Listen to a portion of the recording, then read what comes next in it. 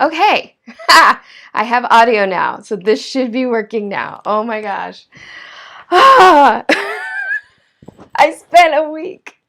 I spent literally a week testing all of this, and I spent an entire day just dealing with audio so that this wouldn't happen, that I would come on and it would just work. And of course, best laid plans of mice and men, and it didn't just work.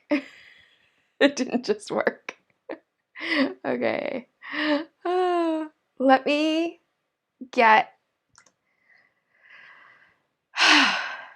Oh, yay, sound. Yes, sound is back. Hello, everything's struggling. Thank you for joining me. Oh my gosh, what a time. Okay, I have my coffee this morning. Oh, okay, I know why. I might start, I'm gonna have to quit out of that, and that'll fix that. I'm just gonna wait a few more minutes, see if anybody else shows up. There was somebody else, Janet, who was on the other stream, and hopefully she makes her way over to this new one where I actually have audio. I hope. I had so many things planned for this stream. All right, I'm going to try switching to just my face cam and see if I get audio. Yes, I still have audio that's going through. That's great. I have my coffee this morning. I was planning on something a little stronger, but life happened. I didn't get to the store for a Bloody Mary, so we're going to just go on caffeine for myself this morning. I hope that you are having a lovely cocktail yourself. Oh, man.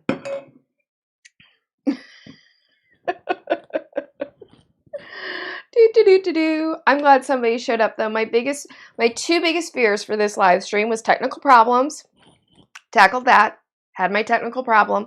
And my other big fear for the live stream was that nobody would show up and I'd be talking to the void. But I at least have one person here, so yay! I'm very excited. Like I said, I'm going to just wait a couple more minutes to see if anyone else shows up.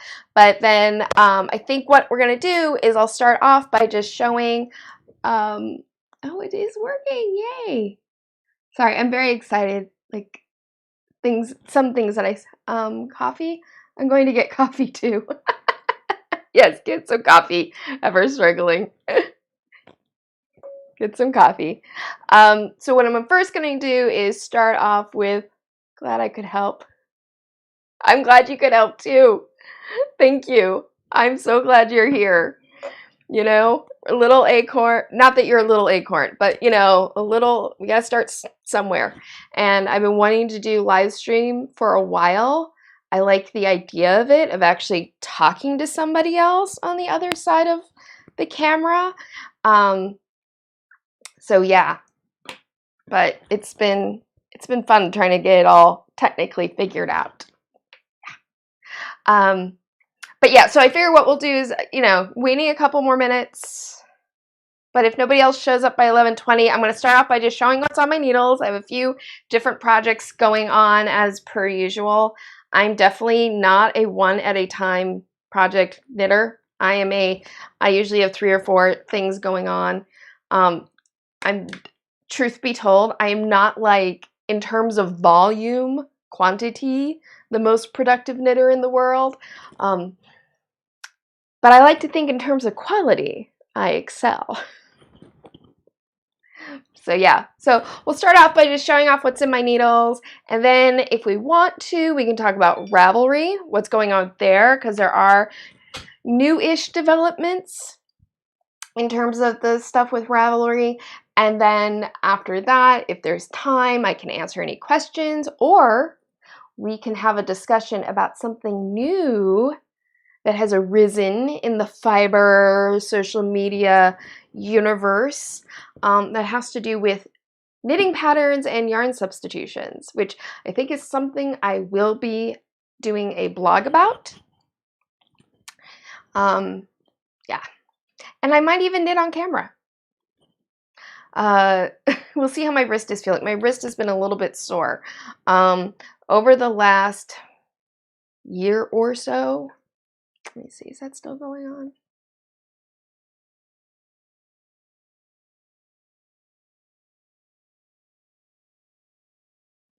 Over the last year or so, I'm doing a dishcloth based on your birdie blanket. Oh, yay! I'm glad to inspire you on something. Yeah, that's actually a really good dishcloth because it's just a mitered square, and dishcloth is a really good use for mitered squares. So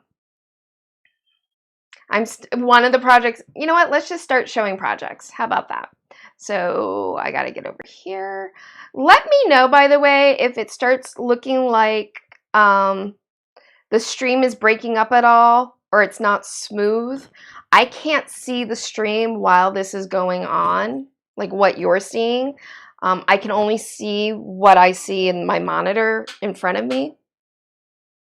Sorry, I'm getting like Twitter alerts as this is going on. So let me get to this one.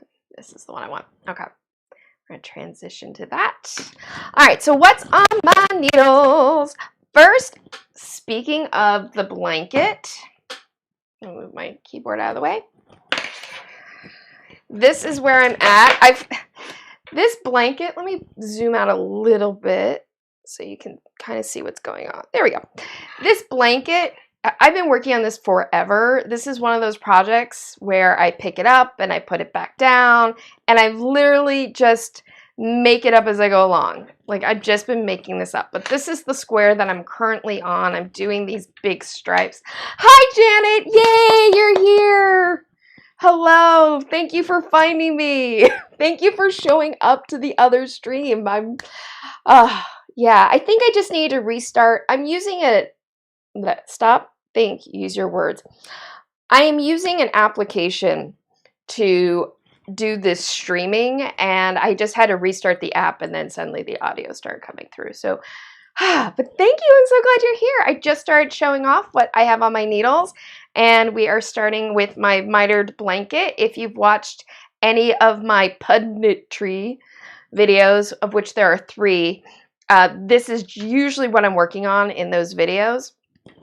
I haven't made one of those videos in a while, only because, yeah, I mean, the world is crazy right now, and politics is not fun to talk about. Horse race politics is not fun to talk about. Maybe when Biden picks a VP, I'll do a, and I'm going to zoom back in. Oops, zoom back in a little bit there. Maybe I'll do another one, but this is just a mitered square blanket that I've been making up, and I started off in this corner right here and just have built out along the way. And it's fun. It's a fun project. It's kind of fun to do something without a pattern and just see where inspiration takes you. I think one thing about knitting is sometimes it's hard to do that, just improvise a project. In crochet, I know it was a big thing like 15 years ago, was freeform crochet. And crochet is really something that's easy to do with freeform because you can just do little motifs of various shapes and then would sew them together. I think it's a little harder to do that with knitting, but anyway, so that's the blanket. Next, speaking of dishcloths, this is the dishcloth that I've been working on lately. This is, if you've watched the channel, if you signed up to receive a free pattern in celebration of hitting 100 subscribers, this is actually the pattern that I sent out. This pattern is very near and dear to my heart. This pattern, not this exact pattern, but this type of dishcloth is what inspired me to become a knitter. My grandmother, Rosie, may her memory be a blessing, she always made this dishcloth. Always. This is the only thing I ever saw her knit, but watching her make this is what made me want to learn how to knit. So this is just a very special dishcloth to me, and when I don't know what to knit, this is what I work on, are these dishcloths. And actually, I'm at the end of this. I'm going to graft these two ends together to make a seamless look. That's how I like to do this. What else? What else? What else? Let me get that. So I finished something. If you watched my Ravelry if you watched my Is Ravelry Unraveling video, I was working on this piece, and this is a long sleeveless razorback tunic swim cover-up that I've been dreaming of for ages, and I finally started to make this year. And this is the first time I've done a v-neck, and I'm excited because I think it turned out pretty well, and just finally finished it. And this is the front piece, and it's very straightforward. It just starts with a garter border. There we go. A garter border, and then into stockinette, and up into this v-neck, and a very large sleeve opening. So I finished this piece, and I cast it on my back piece. And the back piece is where the drama is going to be, because I'm planning to do a center motif up the back and to split off into the razor. So, you know, I'll keep sharing my progress on that. And last but not least, and what I think I may work on as we chat today, is this project. This is just a scarf project. I designed this kind of just thinking of like what would be a good beginner's scarf project.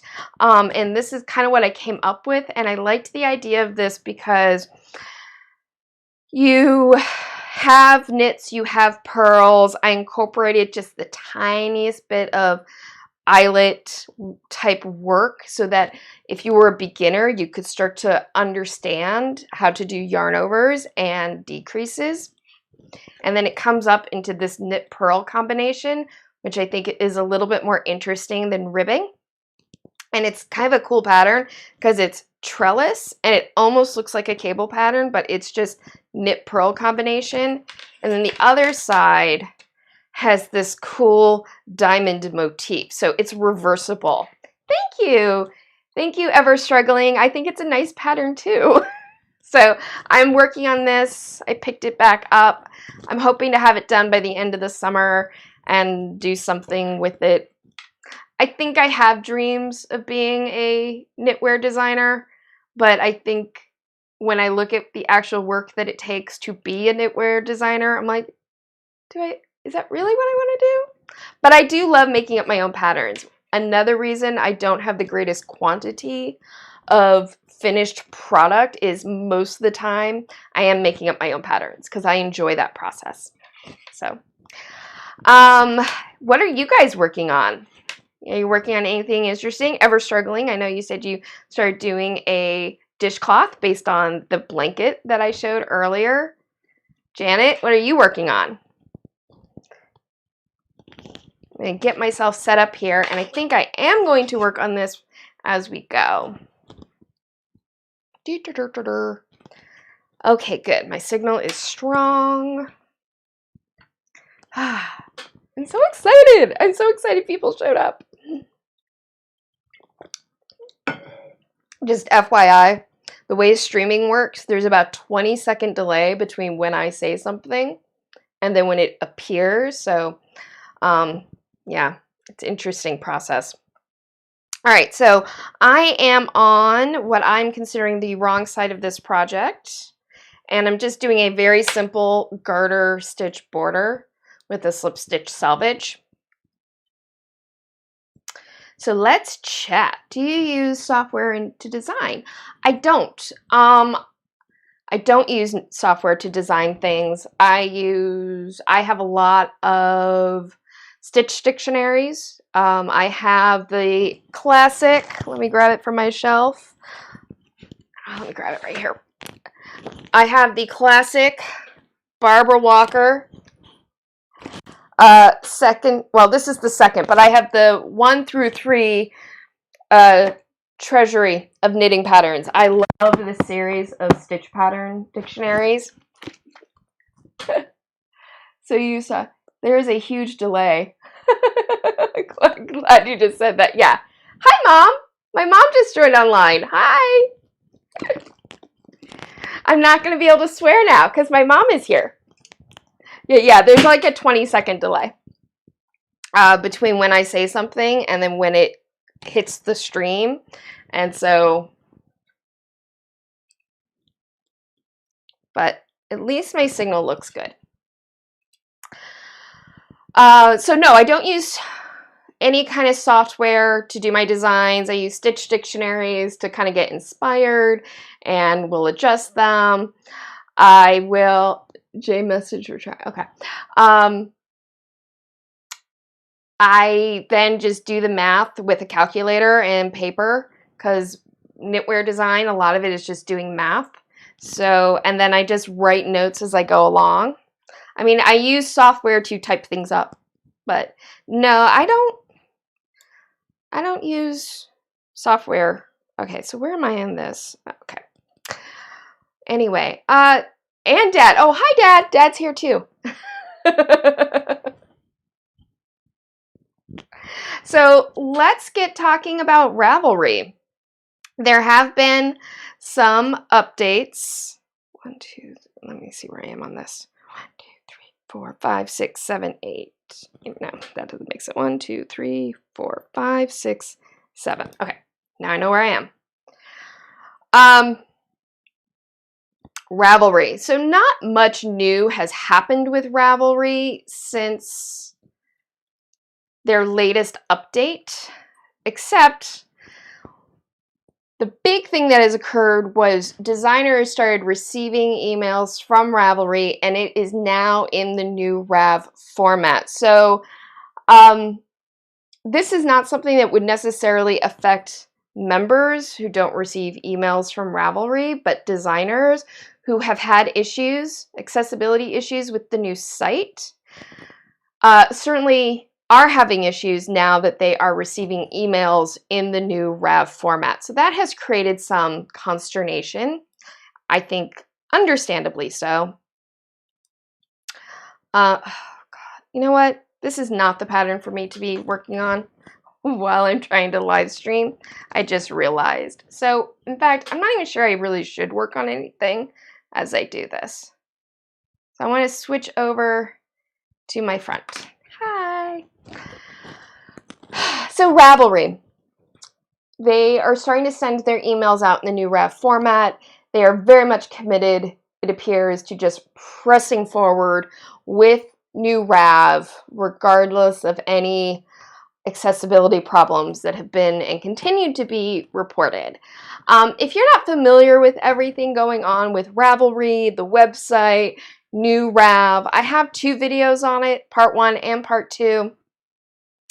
And this whole story has been going on for a month now. And just to summarize quickly, Ravelry, let me turn off my alerts there. Ravelry updated their website, which was probably well overdue. The look of classic Ravelry was very dated, in my humble opinion. Some people loved it. I just always thought it looked dated. So they decided to update it, which was a good thing, in theory. However, when they launched New Ravelry, they started getting reports very quickly of people experiencing migraines, vertigo, eye strain, and a few seizures. I've seen different numbers. Somewhere between 8 and 10 seizures have been reported, and holding NuRav responsible for triggering those seizures.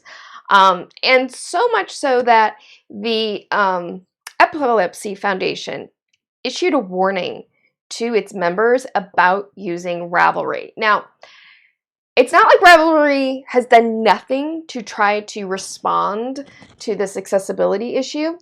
The main thing they did was they made a classic Ravelry mode available, so you could go into their website and switch the skin from NuRav to classic Ravelry. And for some people that worked. However, even with classic Ravelry mode turned on, there are still people who are experiencing issues with eye strain and migraines and the whole shebang. And it's just been a hot mess. It's been a hot mess. And it's not one that, in my opinion, Ravelry has handled particularly well. Most recently, their latest update was just to inform everybody that they closed a readability survey. They've done 3 surveys now about NuRav. The first survey was open on their website, and it was mostly just asking people about their response to the new aesthetic, with a very tiny portion of it to discuss disability issues. The next survey Ravelry did was to send it out to specific people who were complaining about accessibility issues and being physically harmed by looking at their website. So that was sent to individuals, and I can't comment on what that survey looked like because I didn't see it. The third survey was a public survey that they did through Google that I'm assuming, designed themselves. That survey I took. I have a blog post that goes over that survey extensively, my experience with it.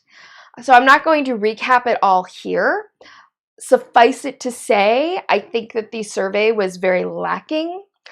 I don't have, based on how Ravelry has handled this situation, I don't have a lot of confidence in the staff at Ravelry being able to take the data from the survey they just did and closed and analyze it with accessibility in mind.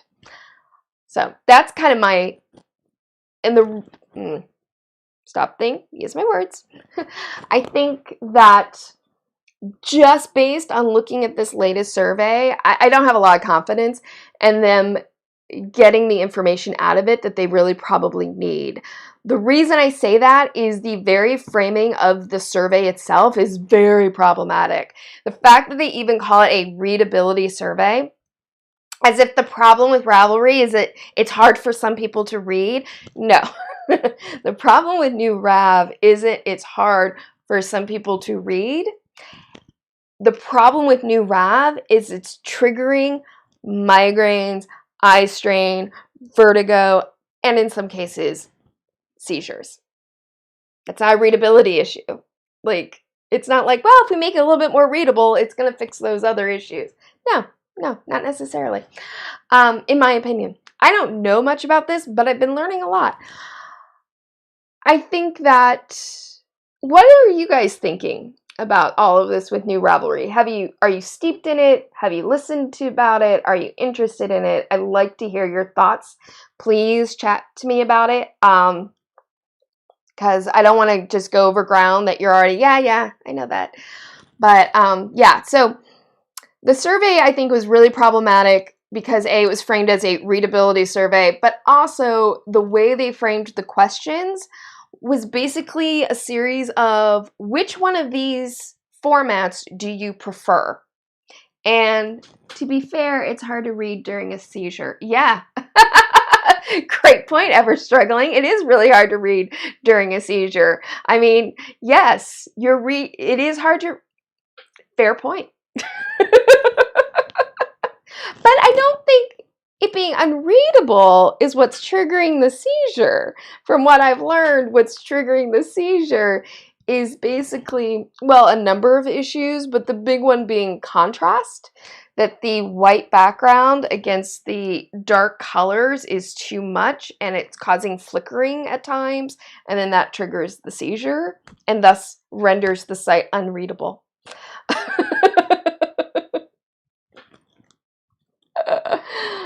But yeah, I mean, it's kind of, to put the pin in the survey itself, which, I'm sorry, the survey is problematic. I mean, they framed all their questions around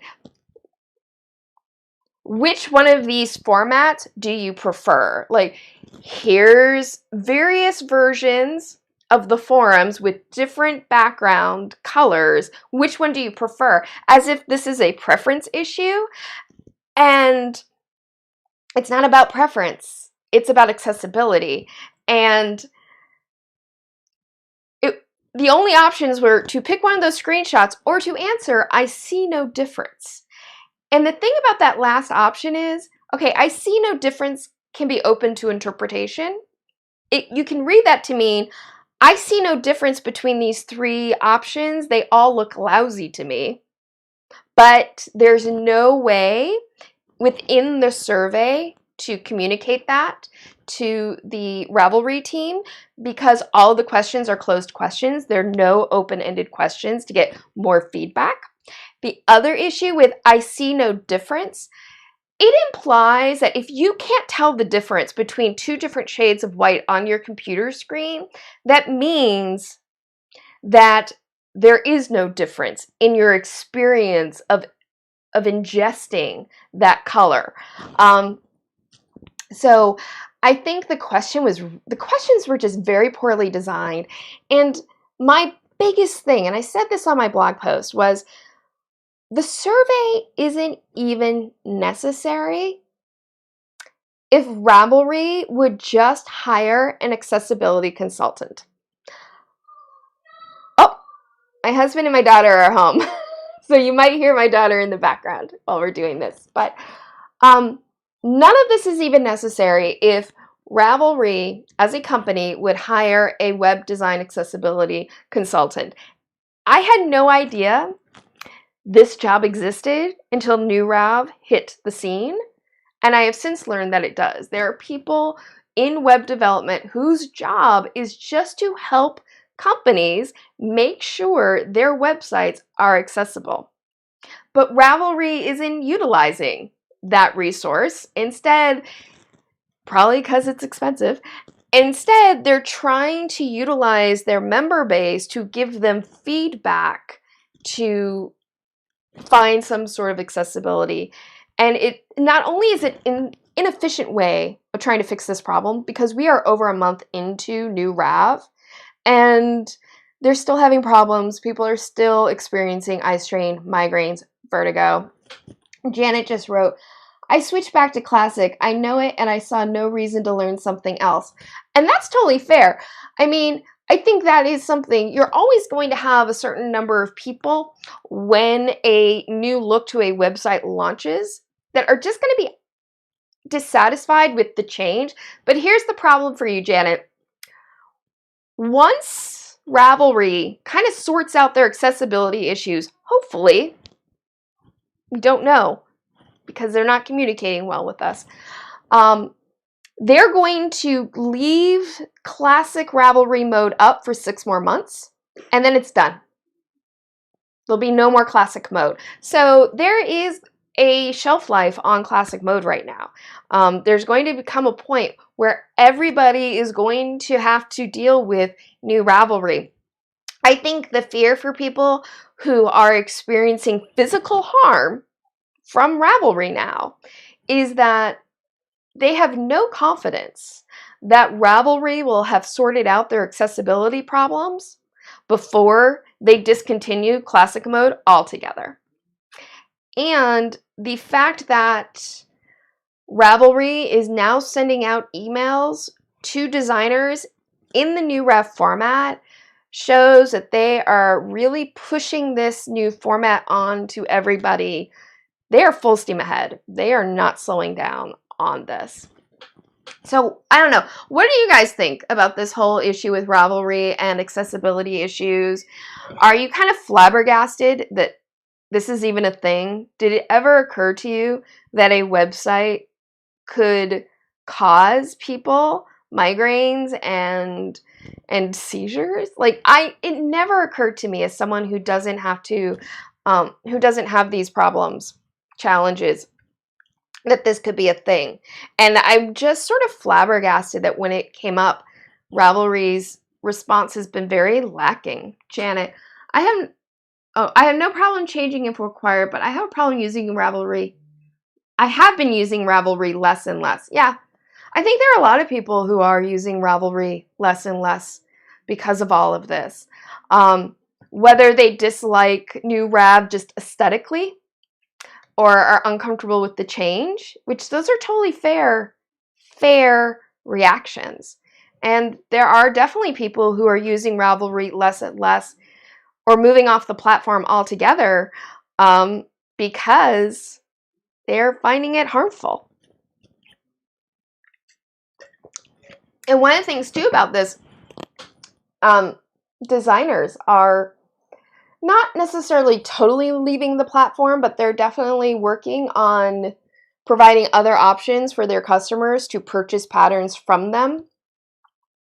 And I think it's an open question mark for Ravelry about whether this accessibility problem is going to start hurting their bottom line. The last big update that Ravelry did regarding NuRav and accessibility, which was June 8th, I believe. I have to look up the date. I have a blog post about it. And it's actually what I was responding in Is Ravelry Unraveling Part 2. I go over that blog post extensively. Everything's struggling. Ugh, it sounds like they are trying to justify their decision, then trying to fix the problem. I don't get seizures, but I get eye strain really easily. Some sites I just can't use. Yeah, I think that's just it. Ever struggling. I agree. I feel like Ravelry invested a lot of time and resources and money into this NuRav, and they are loath to roll the whole website back into classic mode and fix the issues behind the scenes. I have theories as to why that is, but yeah, I feel like, and I have felt like all along, and I've said this in my videos, that I feel like they're trying to come up with a quick fix to these issues and then hope the whole thing just blows over and everyone forgets, and it's just one of those, you know, funny stories from the fiber community of, hey, remember when new Ravelry was causing seizures? That was weird.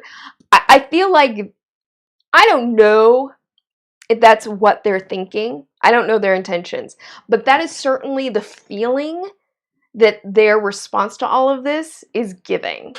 But yeah, and I agree, ever struggling. Whether you like the aesthetics of new Ravelry or not has very little to do with it causing harm. Like, those are two separate issues. And I think one thing, in terms of talking about all this online in various forums, is I feel like there are two different conversations that occur. One conversation is, do you like the look of it, new Ravelry? Right? And that's just an aesthetic preference. That really is a preference.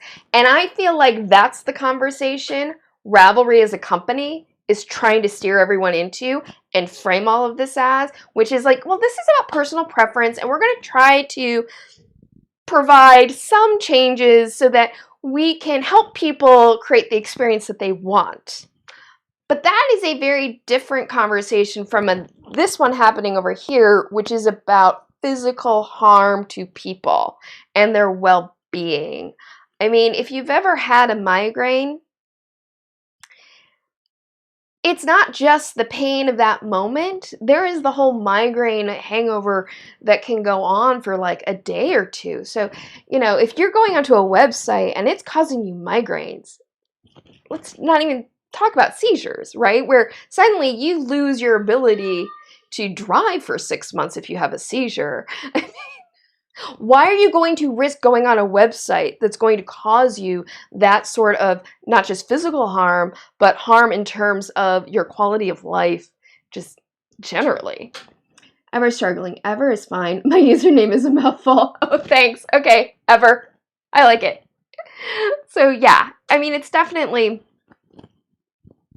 And their latest, they're clearly not going to apologize for any of this. One of my followers on YouTube on the video made a comment that she thought maybe Ravelry doesn't want to apologize because then that might be some sort of liability issue. I mean, it could be. I'm not a lawyer, but I think that's a pretty weak shield against a liability lawsuit. Because, yeah, whether you admit in a blog post or apologize in a blog post, if you get reports back that your site is causing physical harm to people and you are not making aggressive enough changes to fix that problem, I don't think admitting to making a mistake is going to shield you against liability issues. But I'm not a lawyer, so I don't know for sure. That's just my, common sense instinct kicking in. But yeah. There was something, but to get back to why Ravelry has been slow to make changes, one reason I think they're slow to make changes is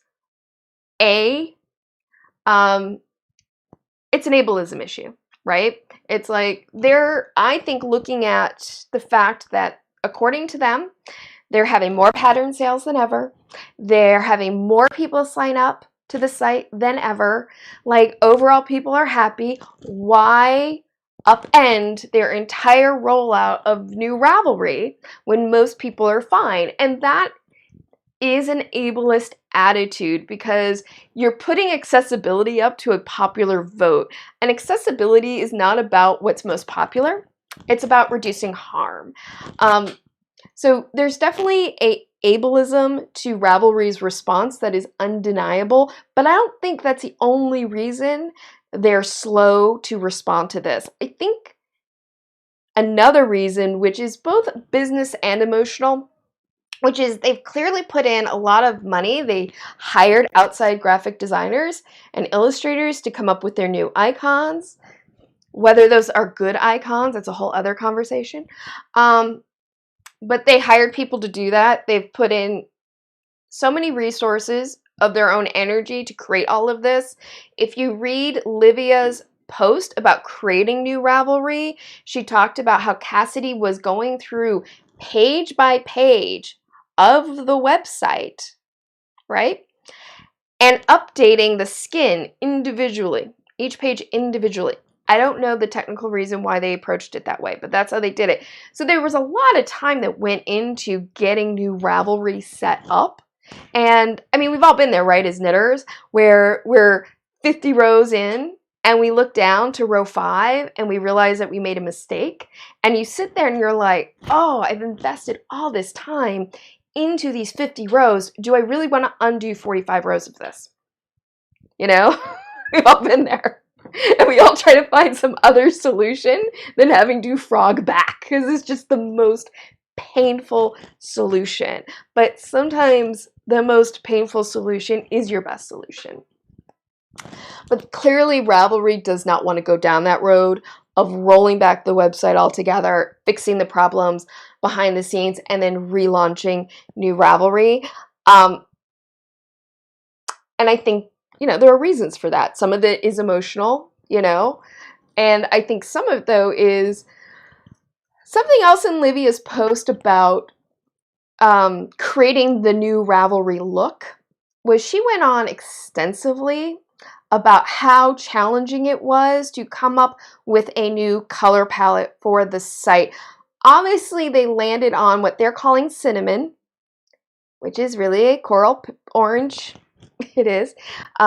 That's of their logo. So they have a new logo color that is what they call cinnamon, even though it's really a coral orange color, but whatever. Tomato. But then Livia talked about how difficult it was coming up with secondary brand colors to fit with that main color. And she said there was a lot of factors that they had to consider in coming up with a whole new palette for the website. And one of them had to do with merchandising. They needed to pick colors that would look good for merchandising. And I actually think that merchandising, this is speculation on my part, but I think that merchandising aspect is one of the reasons they do not want to roll back NuRav, because they have already invested in new merchandise to sell on Ravelry with that color scheme. And to pull back, roll back NuRav means they're going to have merchandise sitting, waiting to be released. And as long as it's sitting, waiting to be released, that is a revenue stream for their website that's dead. Like, they can't afford to just sit on it. Janet, by apologizing for anything sets a precedent of knowing one is in the wrong. So it is very probably a serious, for Rav, liability issue. You may see an apology after the loss of the first lawsuit. Yeah, I mean, that's fair. It's a fair point. I mean, any admission of wrongdoing is going to strengthen a lawsuit. If there is a lawsuit. I mean, I don't know. I don't know if there is going to be a lawsuit. There could be. I don't know. I know this, though. What there definitely is a loss of trust amongst certain members and designers. And I think what's really sad about the whole thing is a year ago, Ravelry really laid a marker on the ground, right? That they're the inclusive fiber community, you know? That they are going to stand up for BIPOC, they're going to stand up for LGBTQ. I mean, they disallowed patterns that are pro-Trump and MAGA. They're not allowed on the website. And they did that because they wanted to stand up for BIPOC and LGBTQ people.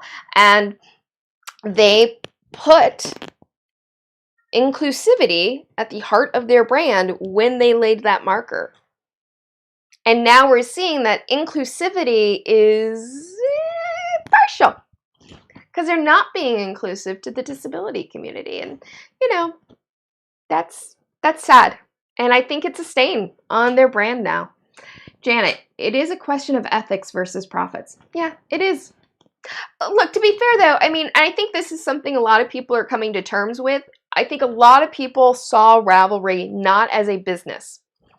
They saw Ravelry as a fiber community, and there was a business aspect, a side hustle, in order to support the community, right? I think now people are coming to terms with the fact that Ravelry, no, for the staff, it's a business. They make a profit, and they have certain revenue streams that they need to protect. One of those revenue streams is ad sales, right? Another revenue stream is pattern sales. And a third one is their merchandising. Janet, I prefer working with an ethical company. Yeah, I think most of us do. Sometimes we don't have a choice. Sometimes we don't have a choice in terms of being able to work with an ethical company. Sometimes we have to make compromises on that. But when you have a choice, I think most of us would prefer working with an ethical company. And right now, Ravelry is not feeling as ethical as it used to.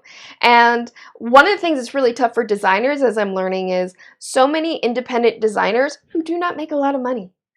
Their whole business plan has been based on using the Ravelry platform because it has always been one of the more cost-efficient platforms to sell your patterns on.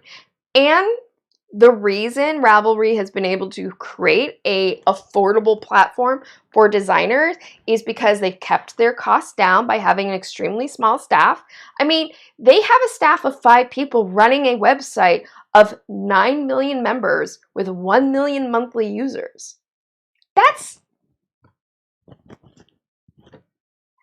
What other business website can you think of that has that kind of user base and such a small staff?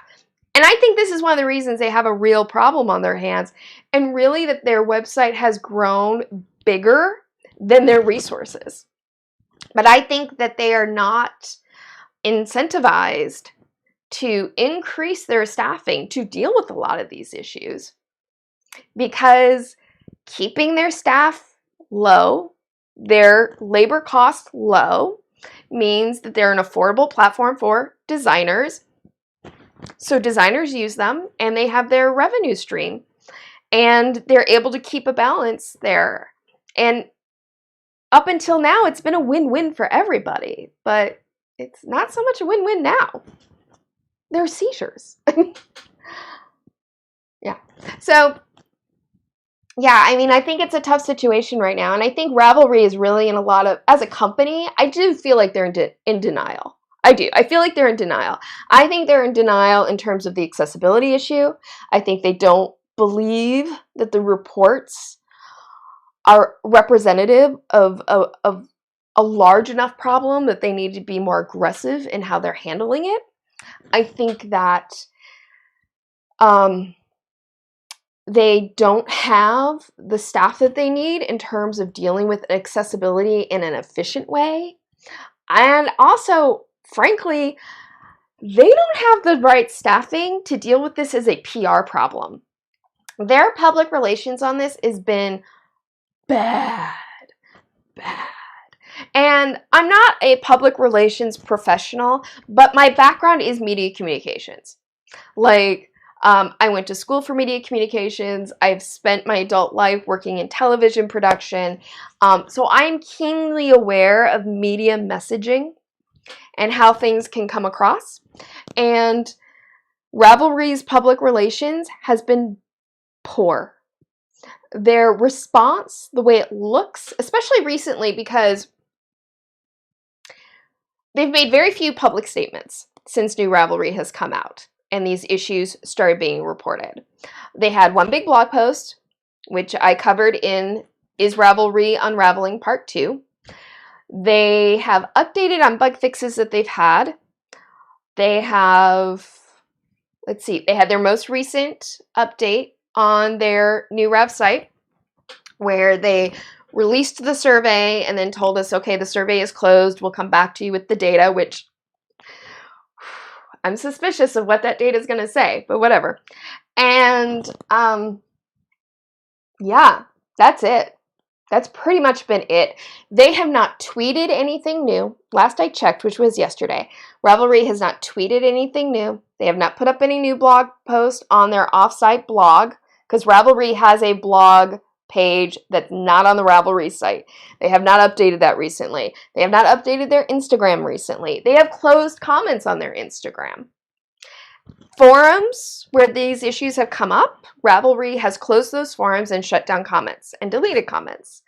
So the impression that gives is that Ravelry is sitting there going, la la la la la la la la la la la, everything's fine, all I hear is everything is pretty much okay. That's the impression it gives. I'm not saying that's what's really going on behind the scenes, because I have no idea what's going on behind the scenes. But the public face, that's what it appears as what's happening. Now, the individual members of the Ravelry staff, most of them, if not all of them, recently took down their Twitter accounts. Cassidy did come back online on Twitter to say that she had to create some personal boundaries, which is understandable. Look, I'm sure this is all very stressful for everyone. And you know, they all need to do what they need to do to take care of their own mental well-being. So I think as individuals, if they need to take a step back from social media, that's understandable and probably a good thing. The problem is Ravelry as a company is not communicating. They've pulled back and it feels like they pulled into a bubble. And that's really, it's not a good sign. It's not a good look ever. That seems like a case study on how to turn a mistake into a disaster. Yeah, that's pretty much what it is. It is a case study on turning a mistake into a disaster. That's exactly what this is. It's been a debacle. What's interesting is a lot of people, a lot of knitters and a lot of Ravelry users aren't necessarily aware it's even going on. One of my Facebook groups that I'm in, many, it's an unofficial Ravelry group on Facebook. Somebody just this week posted, hey, did you know this was going on? And most of the members in that group had no clue. So I do think that's part of this and I think this is one of the things that's skewing data for Ravelry as a company is this isn't as widely known as those of us who are really plugged into the fiber community are aware of. So, all right, so it's 12. We're going to go and we are 50 minutes into this live stream. So if you want to keep talking about Ravelry, we can. I feel like I've said everything I can say about it today. Do you guys have any questions for me? Please let me know. You know, I'm happy to receive any question. I can't promise I will answer everything, but ask me anything. And I'm gonna have to wait 20 seconds before you see that because there's a 20-second delay. I'm gonna have to figure that out and see if I can lessen that delay between when I say something and when it goes through the stream and appears on YouTube, because that's a little obnoxious. But I gotta research it more because, you know, I want to keep a stable stream. By the way, if you watch my videos, I almost always have bloopers at the end of my videos, and most of them is me stumbling over words. So, anyway, while I wait to see if you have any questions, I'm going to throw one out to you guys. Interesting conversation popped up in crafting world. It started on Instagram and it moved over into Twitter, and that has to do with patterns and yarn recommendations. A person got on Instagram and complained that, a person got on Instagram and they complained that pattern designers don't usually offer alternative yarn recommendations in their patterns. They just they do their patterns in the most expensive yarn, and she wanted to do this one pattern. She went to her local yarn store. It turned out that if she bought the amount of yarn she needed to do this sweater, that it would be like $300+, and she was kind of incensed and felt that pattern designers should be offering yarn recommendations in their patterns at various price points, because not everybody can afford the yarn that they made the sweater in. And I mean, it's a much larger conversation in terms of what knitters today are kind of expecting from independent knit designers in terms of pattern support.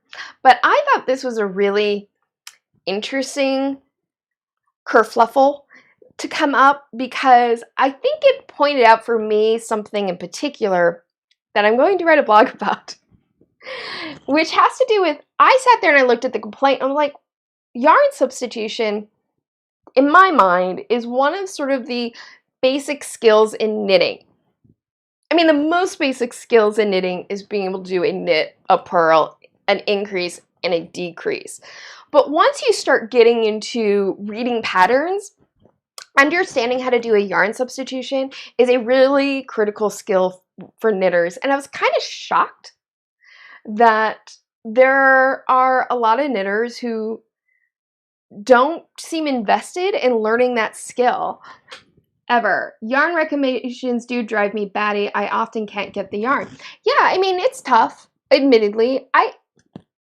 I will admit to something right now. I very rarely, I'm trying to think if I've ever gotten a pattern and I use the recommended yarn for that pattern. And I'm going to say probably not.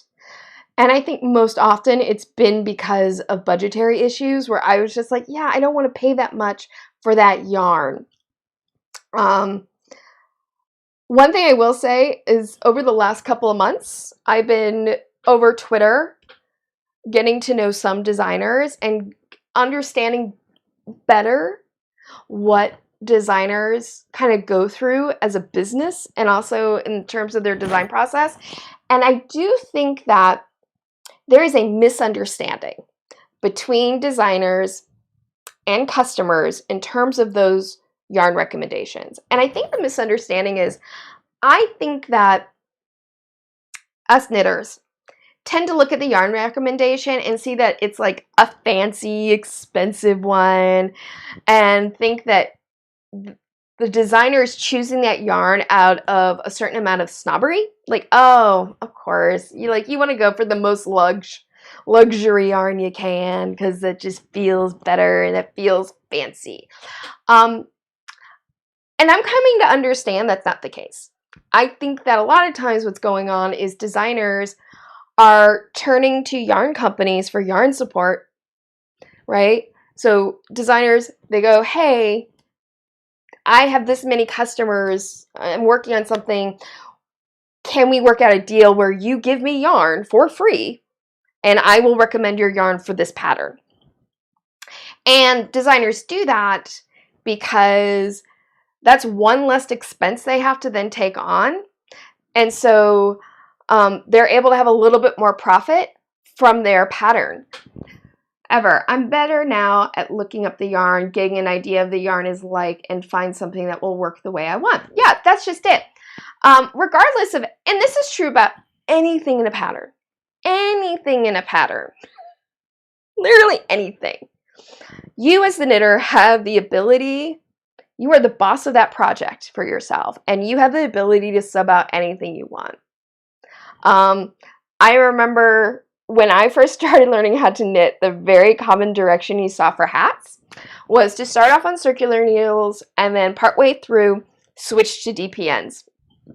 And then I learned the magic of magic loop, and I have never ever followed that direction since then. But that's because I got a little bit of knowledge that I didn't have before, and I was able to apply that knowledge. And I don't think you see that direction so much anymore because people now understand that you can use a large circular needle to do smaller circumferences than what we used to think. But yeah, I mean, part of learning to be a knitter is understanding, like, I don't want to do this thing in the pattern. I don't want to use those needles. I want to use these needles. You're free to do that. That size needle that they're saying in the pattern doesn't give me gauge. I have to use a different size needle. When knitters first start off, they don't realize that that needle size in a pattern is just a jumping off point. Like, that's all it is. You still have to find the size that's going to work for you. Jillian Eve. Hi, Jillian Eve. I spin my own yarn, so substitutions are my tea. Yeah. I mean, by the way, welcome, Jillian Eve. So nice to see you. I saw your big announcement about Patreon. Congratulations. Yeah, I agree. I mean, if you can spin your own yarn, that's an amazing skill. And you really learn a lot about fiber and wool. And, you know, look, learning about fiber and wool, that is a rabbit hole of information that anybody can fall into. Because you can suddenly just be like, wait a minute. I had no idea that there was that big of a difference between, you know, merino and blue-faced Leicester sheep, that there were different sheep. I had no idea until you learn it. That's the thing about learning. You don't know till you know. But yeah, but I was kind of shocked though by the number of knitters I saw on Instagram who were kind of incensed that designers were saying, they're going, we can't afford to test a wide array of, excuse me, burp. We can't afford to test a wide array of different yarns at different price points to give those recommendations. Oh, and to circle back to yarn donations from yarn companies, a designer getting yarn support from a yarn company allows them to keep their own costs down so that they can make more of a living. And I think something else a lot of us knitters don't know is that the profit margin for independent designers is slim. It is tiny. There's not a huge profit margin there. I mean, if you're selling a pattern for $5 each, right?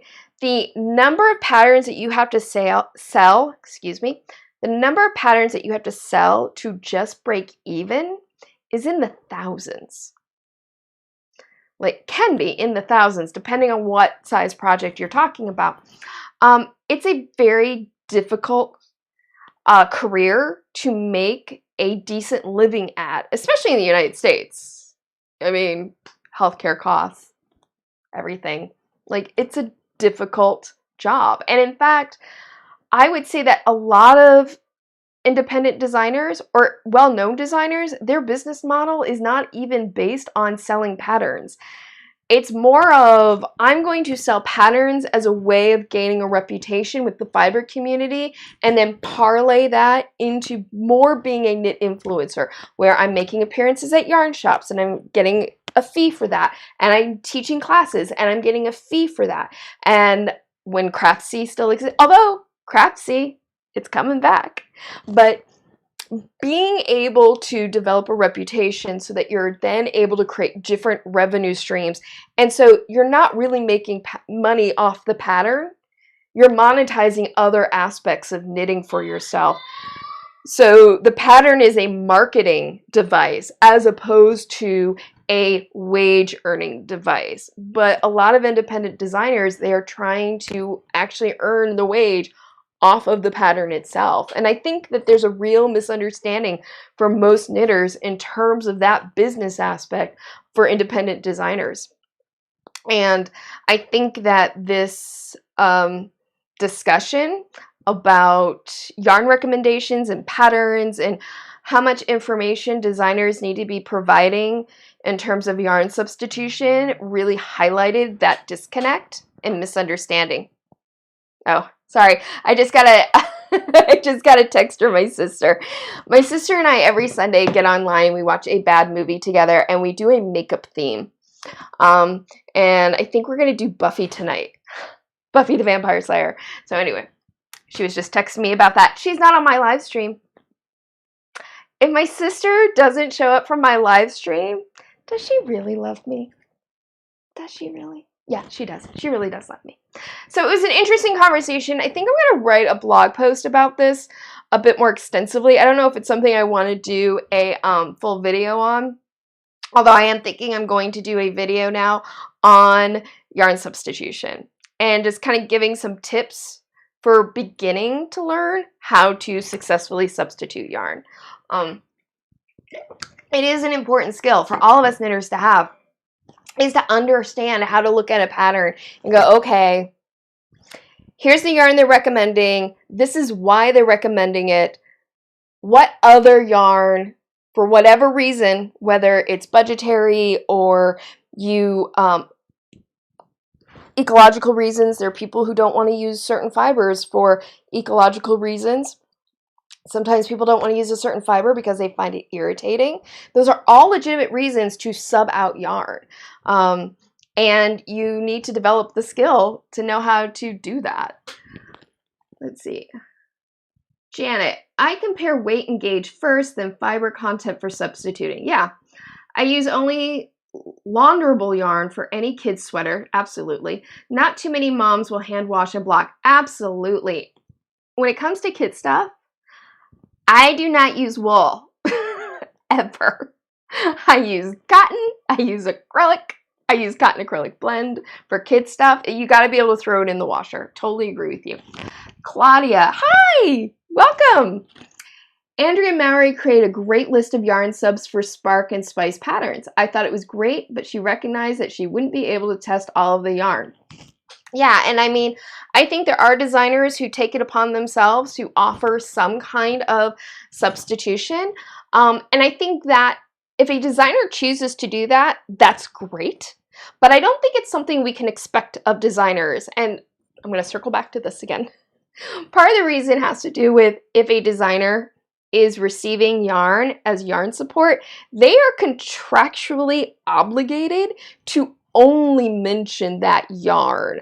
The yarn company, you know, they're hoping you're going to buy their yarn. That's understandable. They're a business. And the pattern designer, they're sitting there going, I got free yarn. I'm going to be able to have a little bit more profit off of this pattern.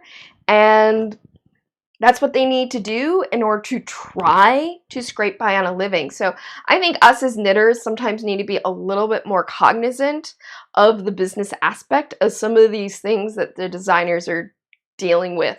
I think one thing, and that is really important though, that is really helpful that any designer can do, aside from offering a list of actual yarns that you can use in place of the one the designer recommends, it is really helpful in pattern notes for designers to say, I paired this yarn with this project for these reasons. I think that's very helpful in terms of guiding knitters towards yarn substitutions. If we understand the thought process, first of all, it's educational. It's like, oh, that's what alpaca is good for. That's great. I can take that knowledge and carry that forth into my knitting life elsewhere. That's great. I love pattern notes, by the way. I love when designers give pattern notes. I like to know why they choose a certain cast on, why they've chosen a certain increase or decrease, if it matters. Like if there's a real reason where it's like, I wanted to use this for this reason. I love knowing these things and getting inside their head a little bit because A, I understand the pattern better in terms of what the pattern is trying to achieve, but it also informs me in terms of making changes. I very rarely, when I do follow someone else's pattern, follow it exactly. Very rarely. I'm the person who goes off script. And so it helps me to know how far off script I can go in a certain arena if I understand their thinking behind it. Janet, doing a vid about how to sub yarns is a great idea. Thank you. I think it's a good idea too. I think I'm going to do that next. I've been having fun with this whole idea of like knitting secrets revealed. And maybe that'll be the next knitting secrets revealed. How to sub out your yarn. Agreed. I think there's a perception that from Claudia. Agreed. I think there's a perception that designers have access to unlimited yarn. Yeah, I think there is that perception. I think there's a perception that designers are making just oodles of cash off of these pattern sales, and they're not. They're not. I mean, buying a $5, let's put this in perspective, all right? A designer has to put in quite a bit of time to design something. And this I know for a fact because I do design my own patterns. Swatching, doing your calculations, knitting up the sample, ripping back parts of your sample because you realize that didn't work the way you thought it would in your head. It is hundreds of hours of time. Your $5 pattern isn't even federal minimum wage. One $5 pattern is not even covering the federal minimum wage. So the idea that designers are able to just make oodles of money off pattern sales is, I think, a real misconception for knitters. And I think it leads to unrealistic expectations of what we think we should get from designers, both in terms of the pattern itself and in pattern support. Janet, yes, pattern notes are wonderful. I agree. I love pattern notes. Pattern notes are the best. Plus, okay, and it's because I am by nature a storyteller. I just like hearing the story.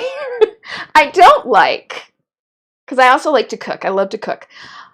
I hate cooking blogs that give you like a book on the story of the recipe.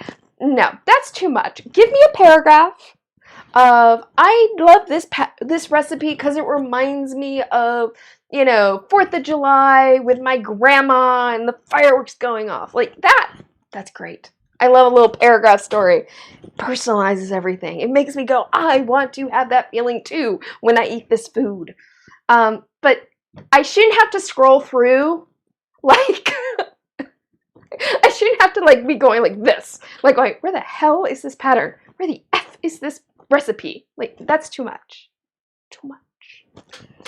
But I know why they do it. They do it for search engine optimization. That's why, because the more words you put in that hit certain keywords for search engines, the more likely your blog site is going to pop up on that search engine. That's why they do it. They're incentivized by the search engines to write super long, obnoxious blog posts about their recipe. Sidebar, I went off on a tangent. I'm a tall, overweight man with large head and neck, large arms, freakishly large hands, and size 12 feet. I don't think I've ever followed a pattern exactly. No. And you know what? The benefit that you have from that experience is it has made you a better, more knowledgeable knitter because you've been forced to learn a whole set of skills in order to adjust patterns for yourself. And I think that's the thing. I adjust patterns mostly just because I want to. But it has made me a better knitter because I've learned so much through that process. I've had to research. I've had to, like, I have a whole shelf bookcase here. And I started knitting before the internet. Like, one of the things that just blows my mind nowadays is the amount of information that is available for knitters at just their fingertips is, like, extraordinary. I've gone way past time. We're an hour and 10 minutes into this, but that's okay. I'm having fun. I hope you're enjoying it too. I am going to have to wrap this up soon, though. So if you have any questions, get them in now, because I think we're going to just do, we'll go to like another 10 minutes, and then we're going to have to wrap it up. But if this is fun, let me know, because I'm happy to do it again. I'm so excited people showed up. I'm just so excited people showed up. I can't even tell you. My biggest fear was no one would show up. Well, and technical difficulties, but I overcame both of them. And also, this is going to encourage me to start a Twitch stream as well. So anyway, but yeah, I think that patterns, I think there's a balance with knitwear designers and their patterns in terms of hand-holding. I think that sometimes it's actually helpful for new knitters not to be given every piece of information that they need to complete a pattern, because it forces you to learn new skills. That, oh, what's her first name? I'm blanking. Atherley. I love her. She's amazing. Kate Atherley. I just happened to look at my phone and her Twitter came up. Kate Atherley. It was very fun. Kate Atherley, a couple of weeks ago, asked on Twitter about designers providing washing and blocking information. How to block an item in a pattern. And I think for beginner knitters that can be useful if they're not familiar with blocking. But I actually felt like, in a way, it was a disservice, because there's some legitimate reasons why you as a knitter might choose a blocking method that the designer would not have chosen. But something happens to us when it gets written down in a pattern of, you should do it this way, you should block this piece this way. Something happens to us where we feel obligated almost to follow that information and not to use our own preferences. And so sometimes I think that providing too much information in a pattern actually hinders knitters from taking control of our own knitting and being the boss of our own knitting. Yeah. And if you want to know the truth, even though this isn't explicit, I do feel like in terms of my tutorials and some of the stuff I do with YouTube, at the heart of it is I really want knitters to feel empowered to be the boss of their own knitting. I do have very strong opinions. I'm an opinionated person. But I will always tell you why I have the opinion that I have, because you might have a different reaction, a different preference, and that's great. Because we're all the boss of our own knitting, and we should feel empowered as knitters. And sometimes I think if patterns give us too much direction, we start being disempowered. And that's part of my thing with the whole yarn substitution, even, which is like, do we start disempowering knitters by providing lists like that? You know? Because sure, it's easy for us to say, especially for experienced, hey, you can always substitute whatever you want. But new knitters especially can feel a little shy about that. Let's see. Claudia, congratulations on your first live stream. Yes, thank you. Jillian Eve, yes, I love you. Do this again. Thank you, Jillian. Thank you. That's so sweet. Janet, this may be really out of line, but I have been so curious. Russian designs seem to be so gorgeous and intricate. Is the Russian fiber community really strong? I can't speak to that. I'm not knowledgeable enough of that. I do think that Russian knitting certainly has a very strong tradition. And I think what's interesting is what little bit I've gathered, I think the way they knit is so different, seemingly, from how we tend to learn how to knit in the West, that it seems very exotic. A lot of Russian knitting is combo knitting. Sometimes it's called Russian speed knitting, but it's really combo knitting, which is using counterclockwise wraps when you knit, which is the Western style of knitting, and then when you turn the work to purl, using clockwise wraps or Eastern purls when you go back. This is a much larger conversation about stitch mount, which I have a video about. Check it out. It's Knitting Secrets Revealed, Eastern versus Western knitting. I talk about Eastern stitch mount versus Western stitch mount. But yeah, it does seem like whenever I see a video of someone from Russia, it always just seems so mysterious what they're even doing. So yeah, I'll have to research that more. Different yarn blocks differently. Exactly. Jillian, exactly. And this actually gets into back to yarn substitution, why I don't think it's a great idea to give specific blocking and washing instructions in the pattern, because if you substitute your yarn out, right, you might have to use a different method. Like how I block acrylic is completely different than how I block cotton or wool. Even stitch pattern can change how you approach your blocking, and personal preference as well.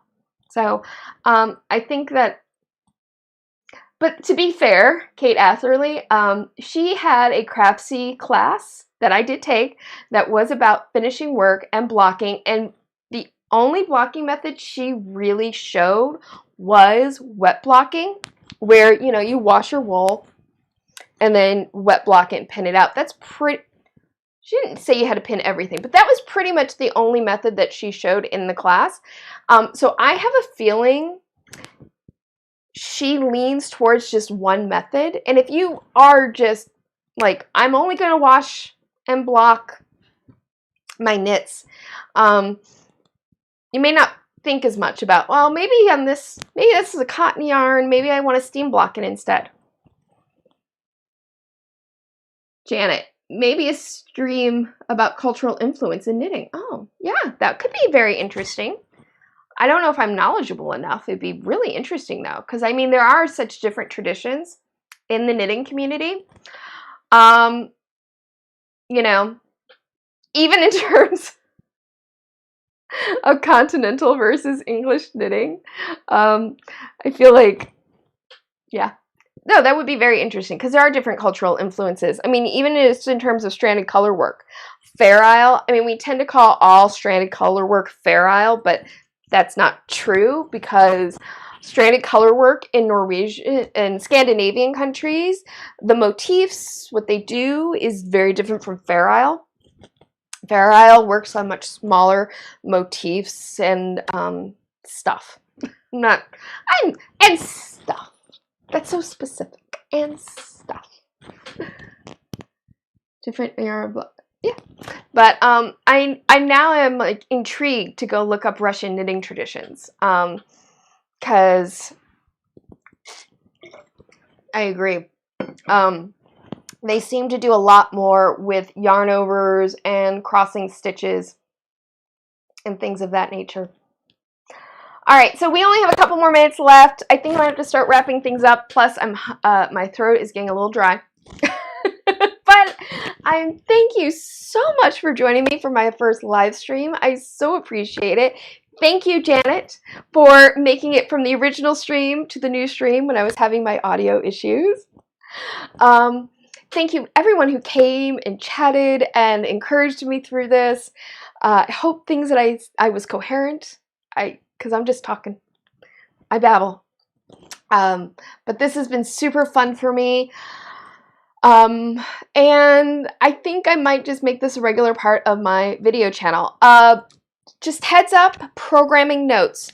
One, I probably won't have another video up until next Friday, earliest, if I'm really diligent. I lost a week, basically, of shooting videos so that I could do this, because I really wanted to try to get this whole technical side nailed down before I joined you today. So, but keep an eye out. Also, I am trying to be more active on my blog. Down in the description box, I have links to my blog, so you may want to check that out. Also, find me on social media. I am on Instagram. I'm very active on Twitter.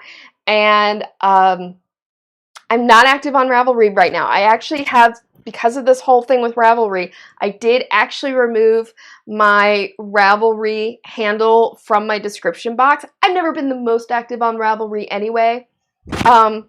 I think I'm a very casual Ravelry user who mostly tuned in for the database. I've always found their forums overwhelming, but I'm very active on Twitter. Check me out on my blog post. I do have a Knits Where It's At Facebook page. I tend to mirror anything I have on Instagram there, so please go and like it. I have theoretically a Facebook group that is not really active because I haven't been promoting it, but we could try to make that happen if you want. Let me know. And I think that's everything in terms of plug. If you have not already, please subscribe to my channel. Hit the notification bell, which will always let you know when I upload a new video. And that's it for today. So again, thank you so much for joining me. I hope you have a wonderful rest of your weekend. I hope you have a good week ahead. I hope to see you on social media. And I think that's everything. So I'm going to be fancy and bring up my, where is it? Sorry, I'm like, there we go. All right, so I hope you have, like I said, I'm babbling at the end. Janet, thank you for doing this. Oh, you're welcome. Thank you for showing up. Anyway, as I said, thank you. Have a wonderful rest of your weekend. I hope you have a good week ahead.